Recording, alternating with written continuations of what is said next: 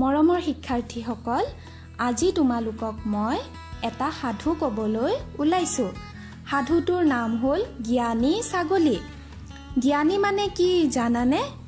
জ্ঞানী মানে হৈছে জনা বা যিসকলে ভালদৰে বুজে বা জানে। এদিন দুটা ছাগলী দুটা ফালৰ পৰা আহি আছিল। ছাগলী দুটাই আহি সিহঁতে এখন সাঁকো দেখিলে। দুয়োটাই সাঁকোখনৰ মাজত থিয় হ'ল, কিন্তু তাতেই লাগিল এটা লেঠা। সাঁকোখন আছিল বৰ ঠেক, ইফালে আকৌ পিছুৱাই যাবলৈও উপায় নাই।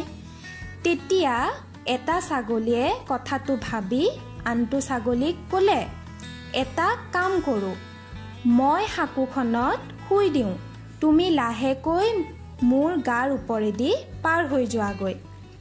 আনটো ছাগলীয়ে সেয়ে হওক বুলি ক'লে।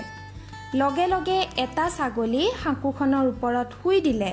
তেতিয়া আনটো ছাগলী তাৰ গাৰ ওপৰেদি পাৰ হৈ গ'ল আৰু দুয়োটাই নিজৰ বুদ্ধিৰ বাবে মৰণৰ পৰা বাচি গ'ল।